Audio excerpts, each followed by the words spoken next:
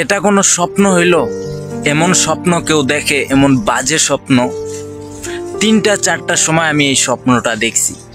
শুনছি এই সময় নাকি স্বপ্ন দেখলে, অন্যজনের স্বপ্ন দেখলে, খারাপ স্বপ্ন দেখলে নিজের উপর দিয়ে, নিজের আপনজনদের উপর দিয়ে বা অন্য কারো উপর দিয়ে এই ফাড়াটা বা বিপদটা নাকি যায়।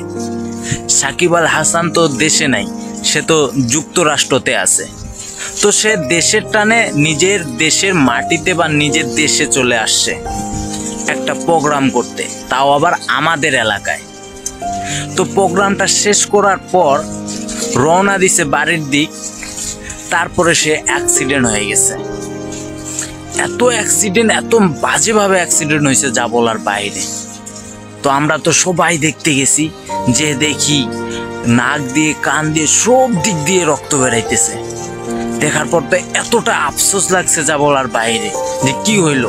দেশের মানুষ কান্না কাটিতে একদম অস্থির হয়ে গেছে, একদম অস্থির হয়ে গেছে। সবাই আল্লাহ বিল্লাহ করতেছে।